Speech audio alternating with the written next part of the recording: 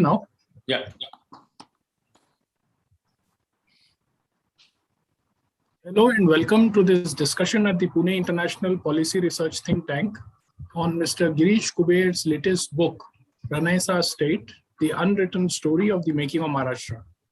I am Abhay Vaidya, Associate Director, Pune International Center. We are delighted and honored to have with us the author of the book, Mr. Girish Kuber, and Dr. Niranjan Raj Adhyaksha, PIC's member and senior fellow, IDFC Institute, who will be in conversation with Mr. Kuber. A very warm welcome to you, Girish and Niranjan. A friend of Pune International Center, Girish has been a journalist for more than 3 decades. Before his current assignment, he was political editor of the Economic Times. He is a Shivning scholar and has worked with The Guardian, London. Girish has written extensively on oil, international politics, and terrorism-related issues, and has authored more than a dozen non-fiction books in Marathi.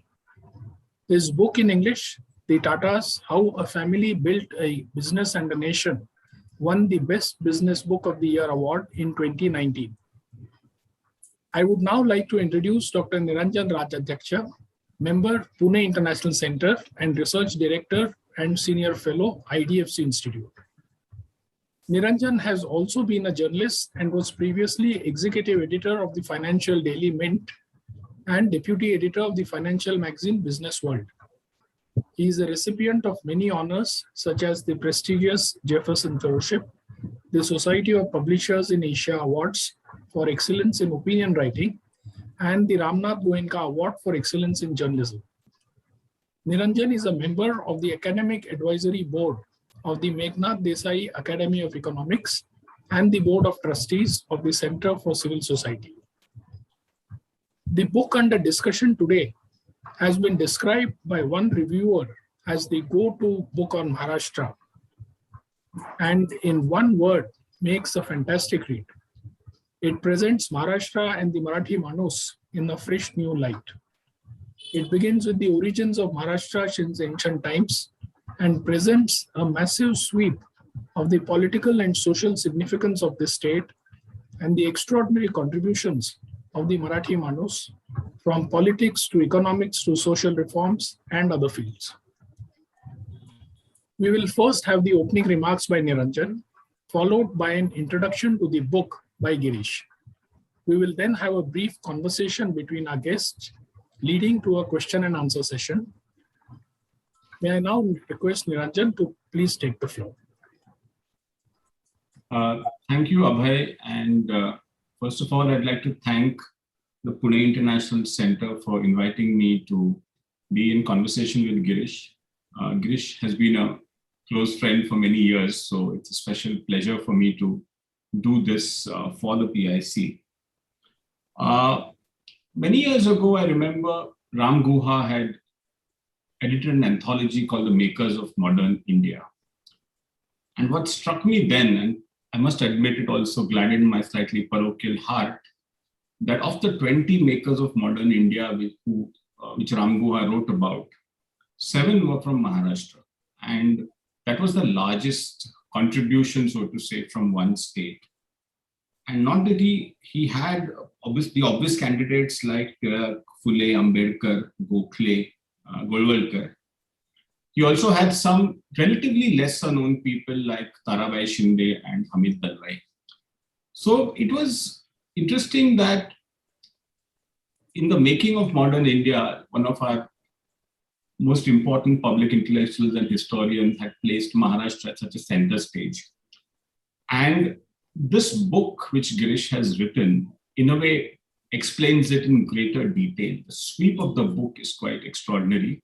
Girish himself says somewhere that this is not an academic book, so he's not drilled down deep into any major issues. But the sweep for anybody who wants to understand this state and perhaps why Ram Guha gave such primacy to the role of Maharashtra in the making of modern India. I think this is a must-read book. The second, actually, when the book came to me, I was struck by the fact that Girish has dedicated this book to an extraordinary person, Professor Narahar Kurunkar. And there were two things about Kurunkar which I've always found special. One is that he was intellectually extremely honest, and therefore Kurunkar was always difficult to categorize him as left or right or center. And I've always said this, Girish, you will remember that there are parallels between Girish Kuber and Naran Kurunkar in the way they approach social issues. So I was extremely glad that this book is dedicated to this towering intellectual who, not just across India, but many people in Maharashtra today also have forgotten. The third thing which struck me, and I'll stop my remarks after that, was the title of this book, which is The Renaissance State.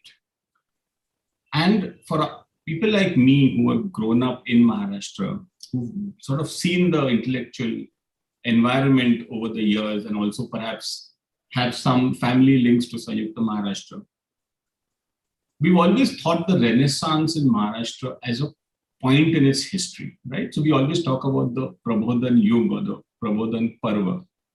Girish has actually expanded that, and he has called the Renaissance the gist of it, the quintessence of this state. And I thought it was very interesting because he has taken the argument much beyond what most narratives about Maharashtra talk about. And if you think about this Prabodhan Yuga, this age of Renaissance, it's very interesting that if you broadly say this was between 1870 and 1920, or perhaps 1925, the thing about all these people who were, there at that time, be they on this side of the fence or that side, is that they looked forward. If you read Tilak, Agarkar, Ranade, Gokhale, Phule, anybody, they're not looking back to the Peshwai. They're not even looking back to the First War of Independence of 1857. They are completely focused on the task of how do you build a modern Maharashtra and a modern India. And that includes economic development, technology, education, the growth of the Marathi language. So I think that this entire attitude of looking forward, in a way, to my mind, has defined this Renaissance age and perhaps the Renaissance state. And perhaps I'd like to ask Girish later in the conversation whether we have lost that ability. But for now, I'll just stop after these three introductory comments about the role of Maharashtra, about dedicating it to someone like Professor Kurunkar, and this idea that it's not just a point of Renaissance was not a point of time in Maharashtra's history, but it's the quintessence of the state. So Girish, I'll just hand it over to you. If you could speak about the book for about the next 7 to 10 minutes, why you wrote it, what are the main, the approach you took, the main points you want to put across, and then perhaps we can have a small discussion about it. So over to you. Yeah, thanks, Niranjan. It's wonderful to be with so many kind of those distinguished personalities. And I thank Pune International Center for having me for this event. Actually, it's very interesting because, and natural also, because the book talks about the Renaissance, and epicenter of that Renaissance was Pune till 1920s, 1930s. So I thank PSC Dr. Kelkar, Abhay, and Dr. Mashelkar, and especially you also, because being a senior colleague in the profession, I always have a kind of a special learning from you. So thanks. So the book, I thought, I'm sure Niranjan, you will agree with me. Having spent most part of working thing in journalism, you also will realize there is, I thought I should be telling the Maharashtra story. There are the primary two reasons. First is not much is known about Maharashtra. When we talk of Maharashtra, people have very casual comments to pass about the state and political affairs. And the glorious part of Maharashtra about this intellectual ability of the state and Shivaji, the most glorious part of this nation's history. So people have lots of misunderstanding, and the casualness they talk about Maharashtra. Even Shivaji's era is always especially from the northern side, it's seen as a kind of a plunderer and small-time ruler. So I thought we should tell the story. And another point is that there is too much of Bengal influence on nation's historical part, probably because there are many Bengali writers talking about their state. So that could be one of the reasons. Like, for example, when it comes to social reform, obviously it begins with Rajaram Mohan Roy, women's empowerment and everything. It starts with it, no doubt about that. But we always forget and overlook rather the fact that if Rajaram Mohan Roy was the first in women's empowerment, social reform, but the first school for girls, women was in Pune. It was not in Bengal. It's a very kind of an important thing to note. When we look at Bengal after Rajaram Mohan Roy's beginning and the great launch of the social reform, it took a very theosophical turn, whereas Maharashtra stuck with rational, logical, and purely argumentative, kind of a brain-related cerebral issues. And the real reform has happened in Maharashtra. So I thought we should be telling it. It may be left ideology, it may be right. Maharashtra has been the place where all those things have happened. So these two primary are the reasons. And I look at this book as a beginning. Someone should be taking it forward, because no one book can be complete about can't tell the history of as big as a state like Maharashtra. So I thought let's begin at some point and try to bring this capsule of information in a very storytelling format, and that's why it happened. Neeraj, you're on mute, I think. Yeah, thank you, Girish, for those introductory remarks. So obviously the book starts much before the rise of the Marathas as a political power. And in fact, there were previous Marathi kingdoms, so to say, in the Deccan. But let's start with the greatest of them all, right, Shivaji. And you said that, across the state, whether he transcends political ideologies, he transcends caste, he transcends region. I think if there's one person who everybody respects, it is Chhatrapati Shivaji. Now of course, you tell his extraordinary story in your book, but I think you make two important points about the man. First, you say that he taught the Maharashtrian people, the Marathi people, that you can rule. You don't have to serve, the Adil Shahi or the Nizam Shahi or the Mughals, that you have it in you to actually run an independent state.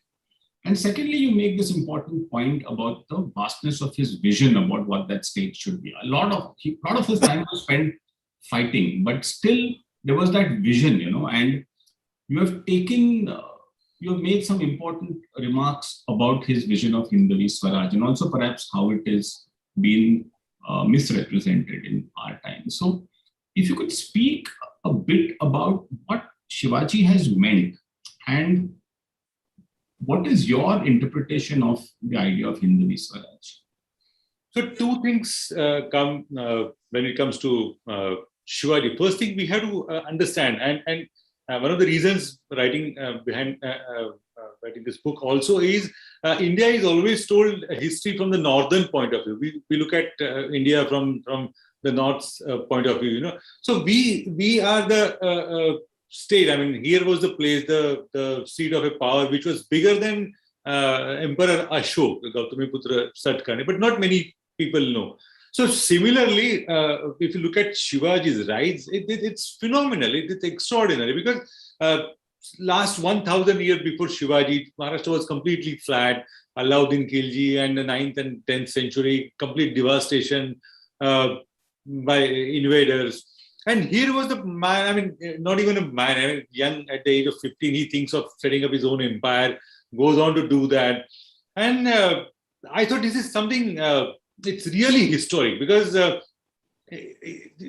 at the size of his, the place he comes from, the size, the terrain, and the things he did. war and stories, many people talk about. But couple of things that strike, first thing is about Rajya Vyavahar Kosh. I mean, the real king who thinks of having some kind of a documentation about the governance. And the next thing, which we should, all Maharashtrians should be thankful to Shivaji for the clear-cut separation you can see in Shivaji's governance, separation of religion from the administration, clear-cut separation of judiciary from the administration and from the religion. This is much before we think of democracy as a modern governance system. So Shivaji is unfortunately is not much understood outside Maharashtra, and there may be reason historically the way it was presented, and especially from the Bengali writer. But I thought this is the story it should be told. And the third part is extremely important in analyzing Shivaji is that actually the answer lies in your question itself. It was Hindavi Swaraj. Shivaji never thought of claiming Hindu Swaraj. This is the beauty of Shivaji. Currently, there are efforts to appropriate him, this side, that side, left thing Shivaji was. I mean, the political part of it. But Shivaji always looked at it as a Hindavi, and I thought, what is Hindavi? Is indigenous state, I mean, it should be seen from somebody outsider, invaders, vis-a-vis someone locally trying to create his own empire. And that's very crucial, because Shivaji is half the time, more than half rather, he had to fight his own people. They were all Hindus. And even if you look, some people like to paint Aurangzeb the way, politically, it's everybody knows that. But if you consider Aurangzeb just as a Muslim, I mean, 60% of his employees and those who were fighting for him were Hindus. So bracketing this Hindu versus Muslim is actually doing great injustice to Shivaji. So I thought it should be put it in a different way, and it should be explained the way it is, So Shivaji is classical first indigenous leader, and the empire that should be actually told and taught all over India. But unfortunately, that's not the story. I mean, outside Maharashtra, not many people know the greatness of Shivaji, and this is a small attempt to actually tell the story. So, Girish, completely agree with you that Shivaji gave sort of political, the political dreams he brought to reality. But before Shivaji, the sort of Marathi Asmita perhaps begins with the saint poets and the Bhakti movement. And if there was one point I sort of disagreed with you, I think you have underplayed them. And it's not about this saint or that saint, but I think a lot of historians feel that it was that change of consciousness in the century or two before Shivaji. And of course, there were some contemporaries of him also. So do you think that you could have given more space to the impact of the Bhakti poets on the state of Maharashtra? Yeah, I should have. I absolutely agree. In fact, person like Mahadev Govindranath talks about Bhakti movement and impact of that movement in making or shaping Shivaji. So there is definitely a merit. I should have had. I have touched upon that. Somehow, I mean, every book comes with its own kind of negatives or limitation. This is one of it. And I'm sure in next edition, I should be addressing that. And what you say is right. That is something bigger than any other movement, because I mean, it actually overwhelms me when you think of like Tukaram or Jnaneshwar. I mean, someone who is not even in teens talk of Vishwache Artha Majha Mani Prakashale. This is absolutely, I mean, it's great. It's really great. I mean, I should have had more on that movement actually. Yeah. And I also suppose the idea of Maharashtra Dharma comes from before Shivaji, from the poets. Yes. So then, but the next big point in Maharashtra's history is the Peshwai, right? And you had this, grand expansion, especially under Bajirao and Nana Sahib Peshwa. And, again, as children, we used to always say that the Maratha flag flew at Atak, Atke Par, Padakla, Vagere. But then comes the, entire almost civil war. It sort of solidifies around caste oppression and caste identity. So why did Shivaji's grand vision, although there were military successes during the Peshwai, why didn't Shivaji's grand vision of an inclusive state, like, for the riots in that sense, why didn't that fructify? And why did Maharashtra eventually lose political independence? It was the last great power which the British took over, and there are people like my friend Amit Paranspe is in the audience, and he always says that they didn't take power from the British, they took power from the Marathas. Yeah. Because Sharmarwada was the Mughals, rather. They didn't take power from the Mughals, they took it from the Marathas. Yeah, Sharmarwada was the last to fall. I mean, that is absolutely correct. But I think one way of looking at it, and my analysis is that the second Panipat war actually demolished Marathi Manus's confidence, I mean, there are two parts of Maharashtra's history. We can make it pre-Panipat and post-Panipat. That Panipat actually snatched away whatever was left in his Marathi Manus's identity, dream to rule. After that, if you look at the history, a couple of exceptions, especially Tilak and political history, Maharashtra or Marathi Manus forgot the fact that he too can be ruler. And after that, Maharashtra, most of Maharashtra and Marathi Manus was happy in being subservient to someone, So pre and post Panipat, it's something which we need to identify. Someone can actually write in detail on that. But Shivaji's legacy had its own issues, even while Shivaji was alive. I mean, the way he had to struggle to fight with his own people. So Maharashtra initially, I think, was not sure of their own capacity or the power, and they should be doing that. So that's why importance of Shivaji is this, because he thought that we can rule. And the first Bajirao, who actually went up to Delhi and then conquered and all those things, But unfortunately, Peshwai and this thing, it's seen in a very narrow, focused way. It's not analyzed the way it should have been. So I think Panipat was the game changer as far as Maharashtra's confidence was concerned. So Girish, in one of Savarkar's essays, or in fact, introduction to one of his books, he writes that the reason we study history is not for its own sake, but to give us lessons for today. So how to avoid the mistakes of the past. It's a very fine piece of, argument about why you should. So I want to also now, with the history you told in the book, try to connect it with more modern issues in Maharashtra, not just in our time, but perhaps in the past 50, 70 years. So then when we come to the great, Prabodhan, which is the Renaissance in Maharashtra, where, as you said, Pune was the epicenter, but in other parts as well, to a certain extent, when you had at one point of time in Pune, you had Tilak, Agarkar, Phule, Gokhale, just about, G.V. Joshi, just a galaxy of stars. And they sort of pushed Maharashtra in a more sort of modern, progressive direction. As I said, they didn't, say that restore the Peshwai or anything of that sort. It's, how do you take the state and the country forward? So we are always proud of it. But what has been their long-term impact? And I mean it in two ways. That obviously, today, if you see Maharashtra, it is better on a lot of social parameters. It is better in terms of, in terms of the respect for women, etc.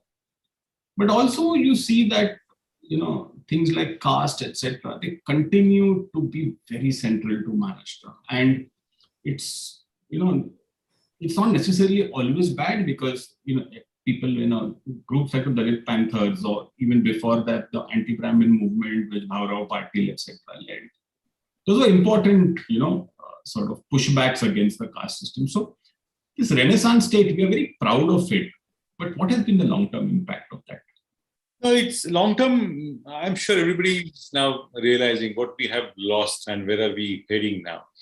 And if Panipat, if it is to Maharashtra's pride and that kind of a legacy, what it did exactly. Similar thing happened to Maharashtra's social structure, the Mandalization. So after that, everybody is so powerful. I mean, everybody's so interested in their own identities. So there is nothing like Marathi identity, unfortunately. The moment it is in Marathi, you start slicing into caste and the surname and the gotra and kind of stuff, So there is nothing like Bengali identity, Marathi identity, which is unlike like Bengal. When you have Bengal, you talk of Bengal. So there is nothing like, there may be small differentiation, Bhadralok and other things. But unfortunately, that has not happened in case of Maharashtra. I think, though I haven't touched it, but in the book, I think script has done bigger damage to Maharashtra, Devanagari script. So North Indian Sea is part of their own extension. South Indians, they push us towards North because of the script. And so we have lost somewhere. It may be parochial to have your own script, but it creates your own identity. So I believe, I think in the next edition, I should be able to deal with this issue because a section of historians who argued that Maharashtra should have should have followed the Modi script, which will make your own identity. Unfortunately, that hasn't that somehow it hasn't happened. So this also could be one of the reasons. I have 2-3 other issues like Mandal and the political kind of compartmentalization, and that now has impacted us very badly. You would agree that while the renaissance of that era had a long-term impact, and then of course the grand vision of the Sanyukta Maharashtra movement, but somewhere we have run into troubled waters on these fronts. Yeah, we have, and from other states' point of view, I mean, you also have spent a lot of time outside Maharashtra. You will realize when I say Marathi identity, 99% people they confuse with Marathi and Maratha. Yeah. So you have to start explaining from that. I mean, see, it's again political issue also to talk about that. So Marathi identity, if we could have created something which was till, as you said, Sanyukta Maharashtra, which every party, every Marathi, including Sri Deshmukh to Thakre's, everybody was there in that kind of an identity creation. After that, I think we gave up. There is nothing, unfortunately, like Marathi identity. It should have been. Yeah. So, Girish, to, of course, political popularity or even impact, waxes and wanes. Somebody who's very well known at one point of time loses his appeal. I think today, two Maharashtrians who continue to have, or in fact, their reputation has increased would be Ambedkar and Savarkar, right? So, what do you say about these two in terms of their long-term impact? Because even 50 years ago, Ambedkar didn't have the reputation he had across the country, and Savarkar also was owned by one small group of people. Do you think that some of our the great men and women of Maharashtra who sort of faded away are coming back into the national discourse? But the second part is correct. Those who faded away are coming back, but they're not. The comeback is not actually the way it should have been. When you talk of Savarkar, Ambedkar, I remember a poem of Kusumagraj. He talks in that. I mean, one night statues from one particular city come together in the city square and they start talking about their own kind of a situation. And Gandhi says to Ambedkar, at least you have some community behind you. I have this only government, boring government office walls. So unfortunately, that has happened. I mean. We have so compartmentalized, unfortunately, the great part of Ambedkar's legacy. I mean, the way he is right from, his economic theories and his work into that. So it's not many people know about it. Ambedkar, Dalit, Savarkar, this particular part, the Brahmins. But even in that also we have subsects, I mean, Savarkar is not accepted in toto, his Hindutva part is only welcome, and that's now appreciated and celebrated. But this is the problem with Maharashtra now. The Maharashtra, the state which gave so many different thoughts. I mean, we have the Royce movement, we talk about Manavendranath Roy, Bengali, but all his prominent followers were from Maharashtra. The Royce movement was entirely from Maharashtra, socialist movement. I mean, but the problem now is that it's Maharashtra, especially today's Maharashtra, is a state which is afraid of thought. That's a very sad situation in a state which gave so many thoughts to the world, and let thousand flowers bloom. I'm going to come to that issue of the intellectual decline in some time.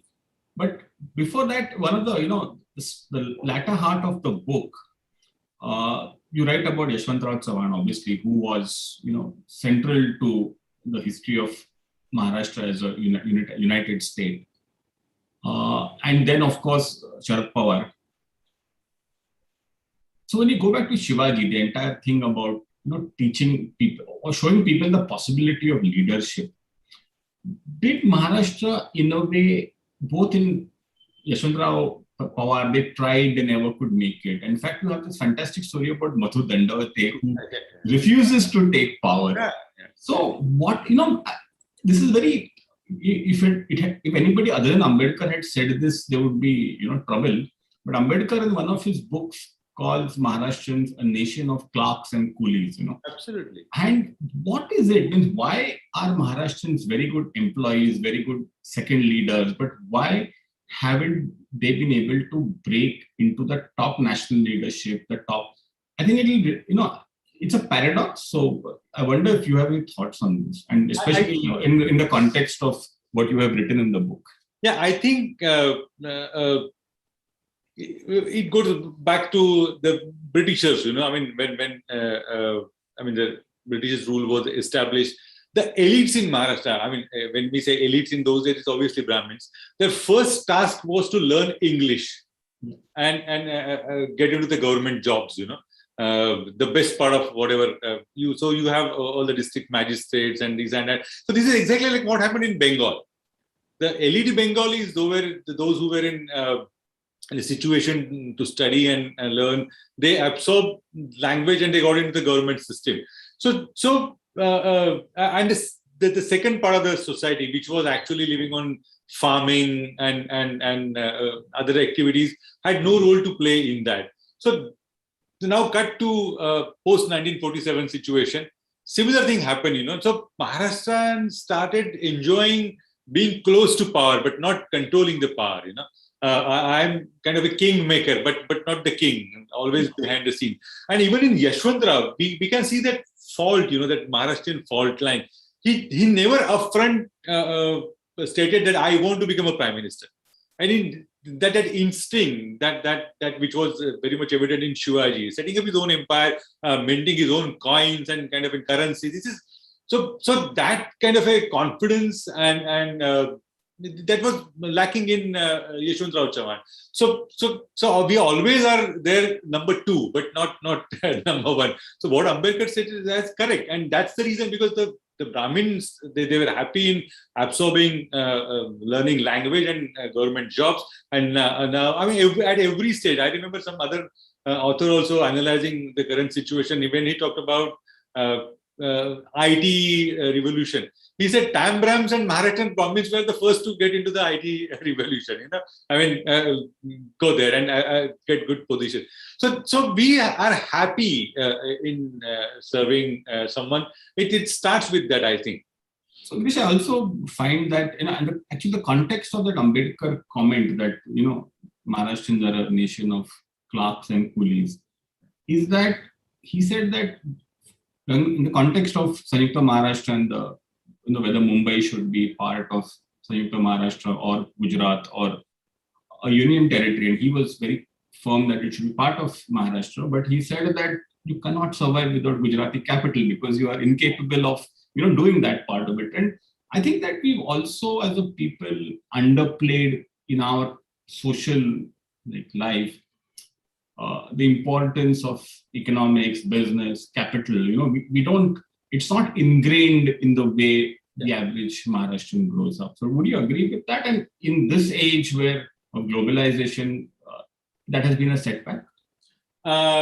Actually, it goes back to the question we talked about, the Bhakti movement. If you look at what V.K. Rajwade has written about, or Shezvalkar has pointed about, the what do you call the side effect or of that collateral damage, if you want to use that, of that movement was that Maharashtrians started enjoying the situation they are in. So Thebile Anante Taise Ki Rahave kind of a situation, we love that. And another part which I seriously object to, and I feel very actually ashamed of, the glorification of poverty.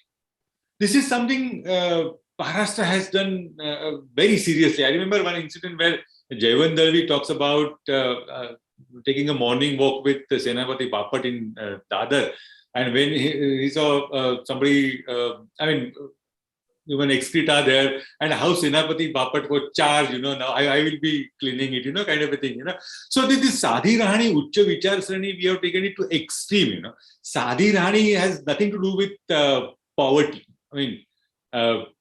So somehow it is linked with not being rich, and we lost because of that. So in one of the passing comment in the book, I have suggested, written, and in the Tata also I've written, that the third generation of Maharashtra industrialists, it's always difficult to find the fourth one, Yeah. So why? Because the same, all those in our genes, or whatever, those things, they come out, and we somehow still, I keep saying in this, even if you look at the place you live in, Bandra, Parla, Thane, Pune, go to any other Nana Nani park, evening chatter of those elderly people, no one will be saying, I'm really happy enjoying my bungalow, or kai mahagai vadli and how life is difficult. Their sons and daughters may be in US or wherever.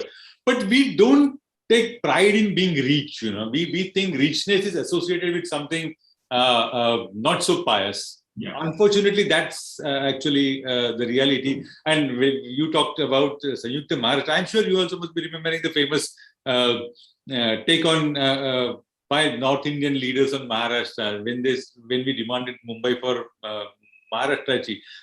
The counter slogan was Mumbai tumchi, Bhandi Gasa amchi. So you are going to serve us only. That was so glaring, actually. But since then, nothing much has changed. I think so. Yeah. I think that this sort of tension in Pula Deshpande's play Tuja Hai Tuja Pashi, where I think he brings up some of this, that this thing of having a good life and being an ascetic, Girish, you had raised this issue before, and perhaps given the time constraints, this was the last or penultimate question before we move to the question and answers. About, fine, Maharashtrians have not generally been good leaders, at least that's what the record shows.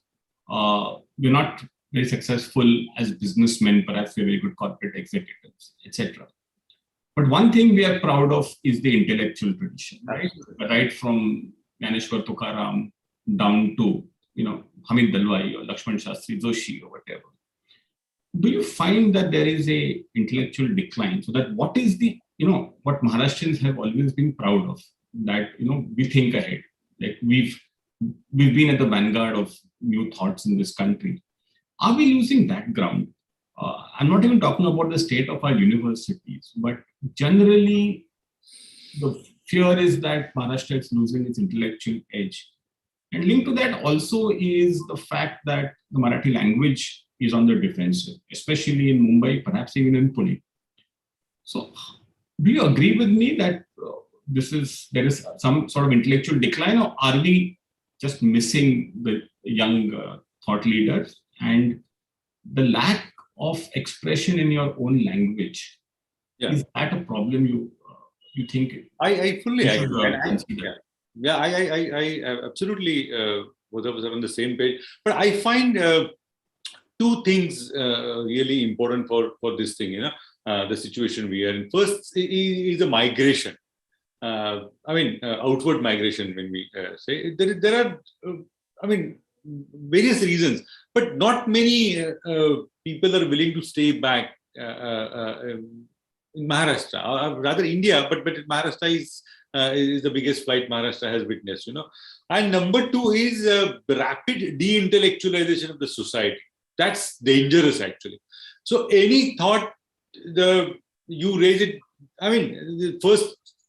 We will not look at the thought. First, we will analyze the person who is raising the issue, and then we will classify according to his name, surname, caste, and all that. This was not the way Maharashtra was. This is so rapid now, and it's these days everybody wants to be politically correct. One of the biggest thing which I think as a Maharashtrian missing is that our ability to take on fights. The PIC Pune has a history of those cracked fighters. Somebody in Pune, I remember. I'm sure you also know the story. He opened tuition for how to open up a fight. Argument. But we are losing that. These days, no one wants to talk about anything which may differ with the majority or the established thought. And this de-intellectualization, it's not only impacting Maharashtra, but nation as a whole. We are failing to create something on our own. Whatever Maharashtrian or Indians they do best outside India. I remember a sad story about the Venkatramanan, Professor Venkatramanan.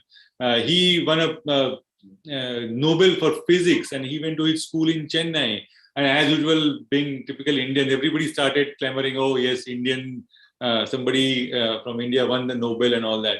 And the speech he gave there, it's quite shocking. He said bluntly, "Don't call me an Indian. If I was Indian, I wouldn't have won the Nobel."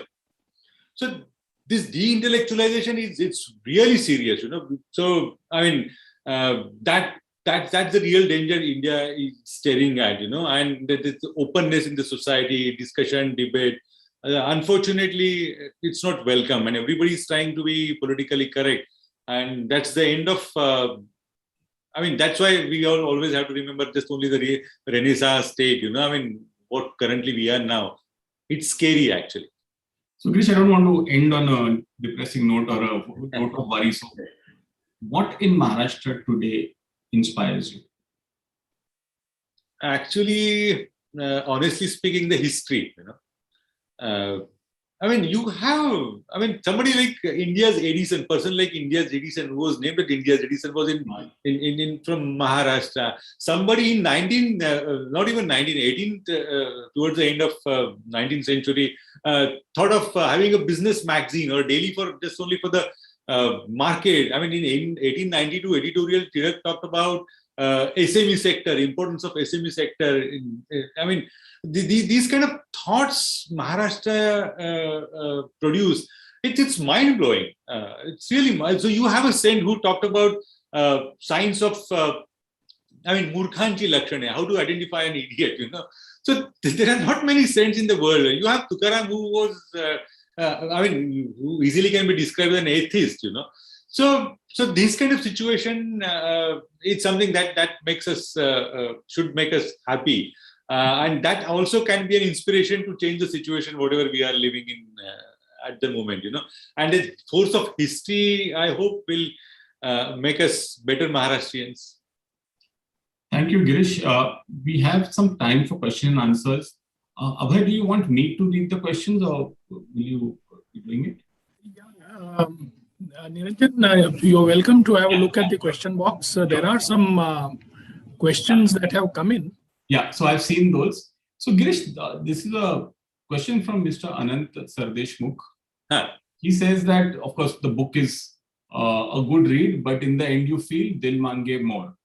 About 50% of the book, first part covers Chhatrapati Shivaji, Bajirao Peshwa, etc. And the second, Lokmanya Tilak Gokhale. At times you feel further information is required. For example, the 1884 case of Rakhmabai. And the resultant debate on Hindu law vis-a-vis traditions. Yeah. It's the beginning of women's empowerment. So, and do you feel that some of these landmark cases, also the entire age of consent bill, That huge debate. I have dealt indeed. I actually fully agree. But this was, to put it in a very simple way, kind of a trailer, what Maharashtra can offer actually.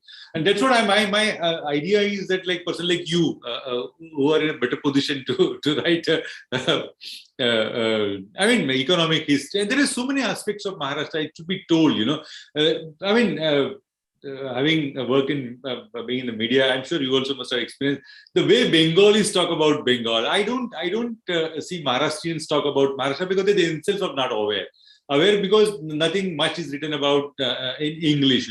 So this is purely kind of an introduction. That introduction is just a frame. There is much more to deal with. I'm sure many will think of that, and that's why I dedicated it to Professor Kurunkar, the man of the kind of range he had. I haven't seen anybody after that.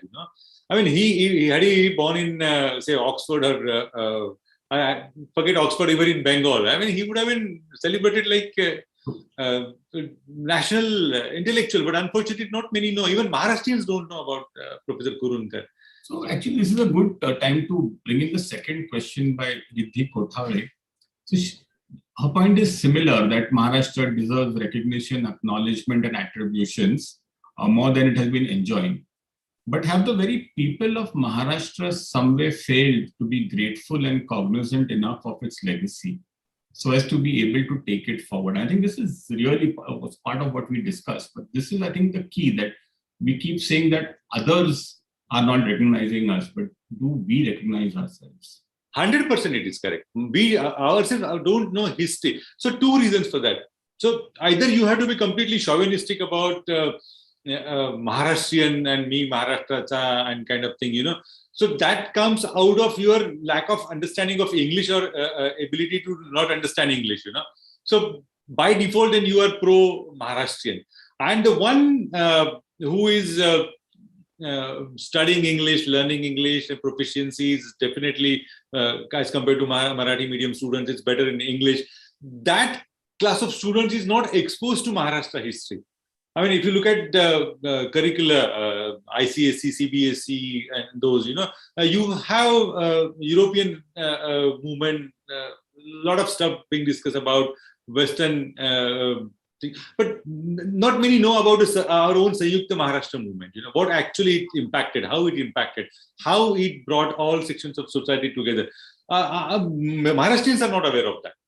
So this is absolutely correct, and that's why there has to be kind of a pressure, understanding of our own legacy, what we know. We are part of a great intellectual. There can't be anything better than that, But Maharashtrians, unfortunately, are not aware of their own history, and that should be taught. And one of the reasons what you mentioned is correct. It's English.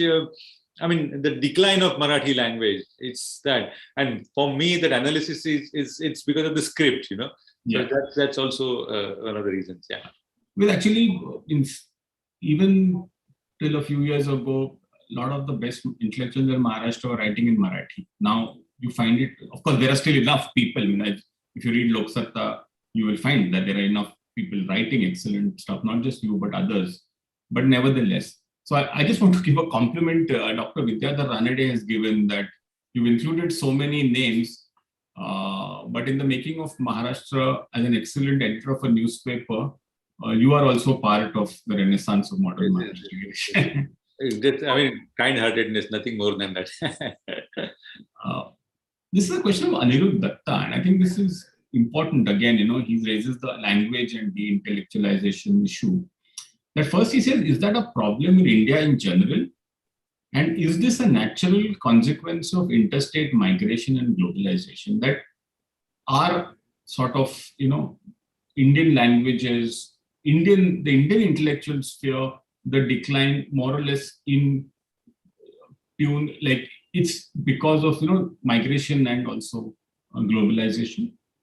But I think it's overall problem of we as a nation. It's not only applicable to Maharashtrians. Maharashtrians, it's more because migration is more of the intellectual class. I mean, there are other states who are sending out people, but not the way and the class Maharashtrians are. It's overall decline in or overall de-intellectualization of the society. I mean, as a nation, I can't believe like what Dr. Noam Chomsky stands for. I mean, somebody extremely so critical of his own nation being celebrated the way he is in US. You can't see that happening in India because you will be branded as anti-national. So we have lost that ability to have, and there are both sides responsible, left and the right, no way about it. So in the meanwhile, Maharashtrians or the Indians also have forgotten the art of debate, having a different point of view. And this advent of the social media has in fact created or rather compounded problem, because you get to know what exactly you wish to read. It's not that something like dissenting will be pushed to because of the algorithms and all that. So we as an Indians have, and the reason for migration is not only about the salary. I must say that I'm sure you also will agree. It's about the openness. It's about the opportunities, and it's about being there at the creativity level. That is the reason people migrate. It's not only the money part. And that's how we need to create our own institutions. The biggest failure of Indians, I always feel, is our failure of creating institutions. That is the sad part. Like, I mean, in 1835, when Shivaji was 15 years old, the university was born in the US. And everybody wishes to be there. Harvard University. A small teacher from UK migrates to US and sets up his own school, which now is one of the best in the world. We have failed in realizing that, and the current trend of we have everything in our Puranas and Shastras and all that. So that complex also has actually complicated the matter, and people fear to differ. That's the sad part, actually. So just to extend Anirudh's question on the interstate migration, globalization. Again, when we say Rajya Vyavahar Kosh or, the Marathi poetry, which stood up against the idea that only the holy books can only be written about in Sanskrit. Do you think the decline of the use of Marathi in our public life, in our intellectual life, is something which is being underestimated? And I personally worry. It is. I mean, when Pune people these days talk about even with the rickshawala in Hindi, or the vegetable vendor. So it is. And somehow that complex, I forgot the name of the social scientist who talked about Sanskritization of the society in 60s. Professor Ram, I forgot his name. Yeah. So now Sanskritization of the society is knowing English, So that complex is actually pulling us even further down. Maharashtrian they take pride in telling that I can't write in or speak in Marathi. I mean, this is it's not the case. There we differ with. I mean, we have a serious issue with like Bengalis. Bengalis won't mind being there in speaking in Bengali, following Bengali culture rituals. You don't have to be narrow-minded or parochial or.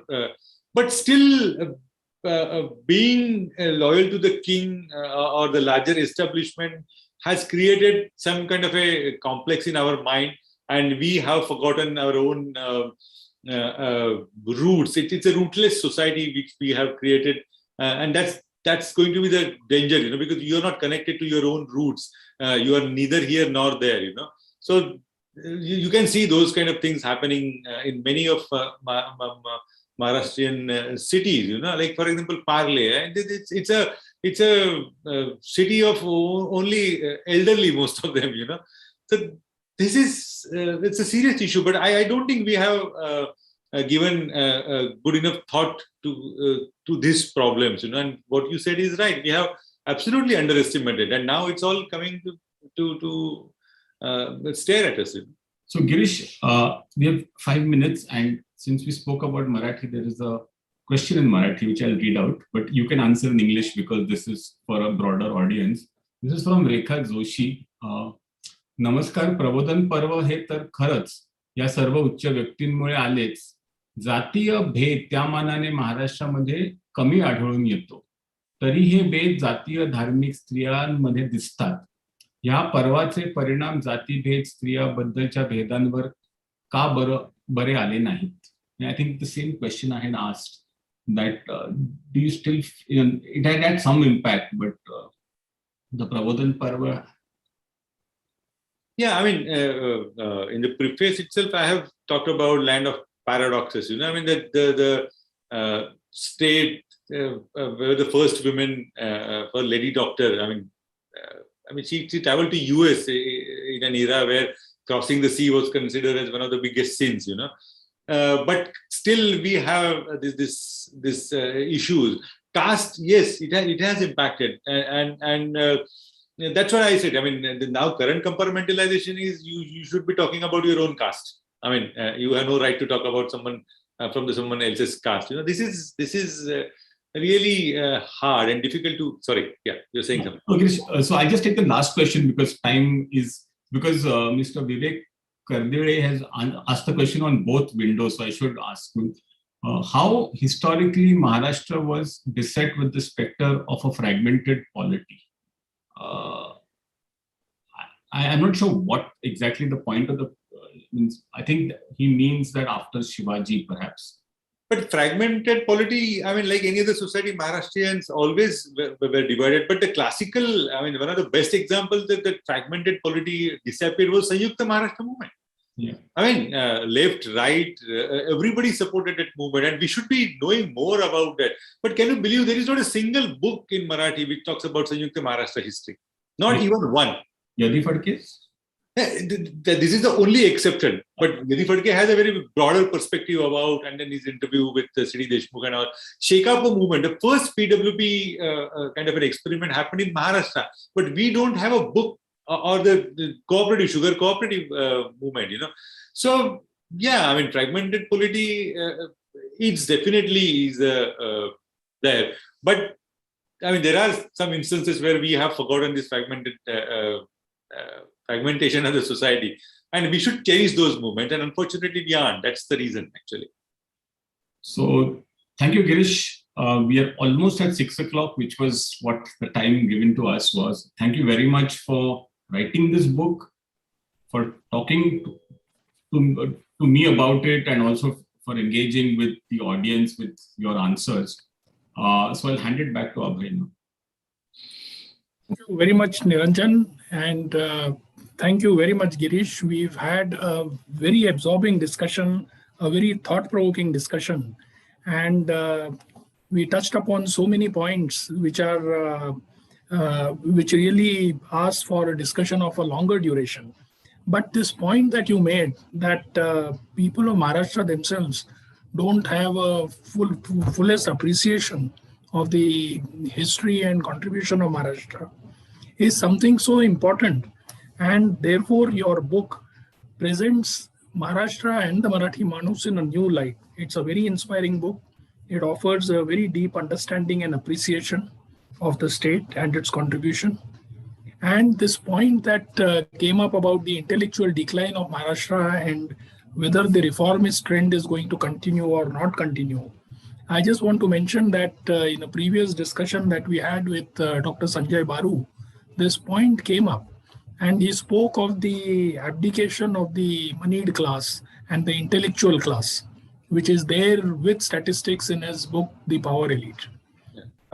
So we found an echo to that in this discussion, and overall this discussion enriches and the questions that came in from our viewers, it enriches the very thought that you have presented in your book. I'm sure a Marathi edition is going to come, and you have already spoken of another edition to this book with more additions and expanding on the points that you could not do in the first book. but a fabulous book and a fabulous discussion. So with that, I would like to thank both of you. Thanks, Niranjan. It was really privileged to have you interviewing me, and it's really nice. Thanks. Thanks, Abhay. Thanks, Dr. Kirkar and Mashalkar. Thank you. And just before closing this event, I would like to mention about our next event, which is on 10th August. So Dr. Kiran Karnik is going to speak on his book, Decisive Decade, India 2030, Gazelle or Hippo.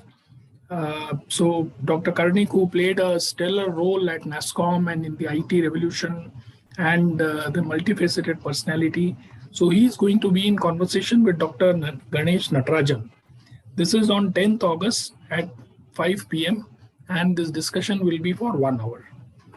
So with that, I would like to thank our guests. I would like to thank our viewers and for their questions in this discussion. And I now announce this event as closed. Thank you. Thank you very much.